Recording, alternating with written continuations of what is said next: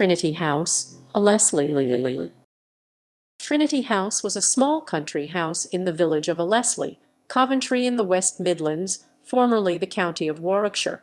It stood at the end of Rectory Lane immediately northwest of All Saints' Church on the crest of the hill, between the river Sherbourne and Pickford Brook.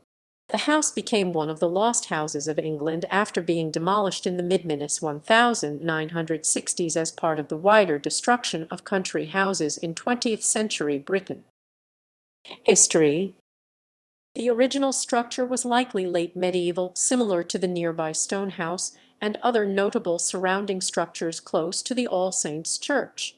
The house was greatly expanded over the following centuries, growing from a cottage to one of the larger country houses in the area. At its fullest extent, the house formed a large T-shape, having been constructed and then enlarged during three separate and distinct architectural periods.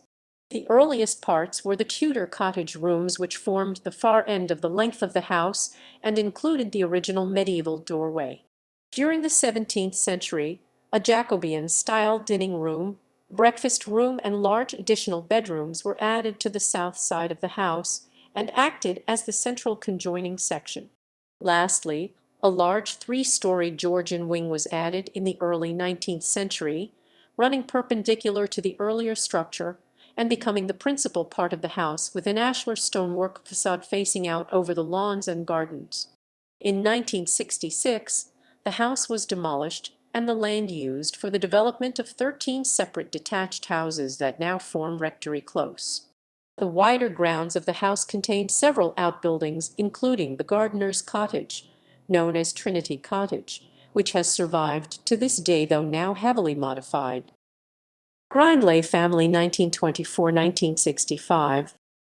In the early 20th century, the house came into the possession of the Warwickshire branch of the Grindlay family, when Alfred Robert Grindlay, the English industrialist, official and future mayor of Coventry, took up residence with his wife and sons.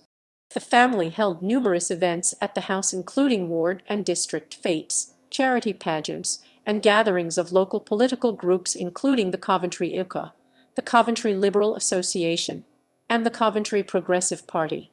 Alfred and his wife, Emma Grindlay née Chaplin, were keen gardeners and made considerable improvements to the grounds, resulting in their winning several awards at various competitions and open days.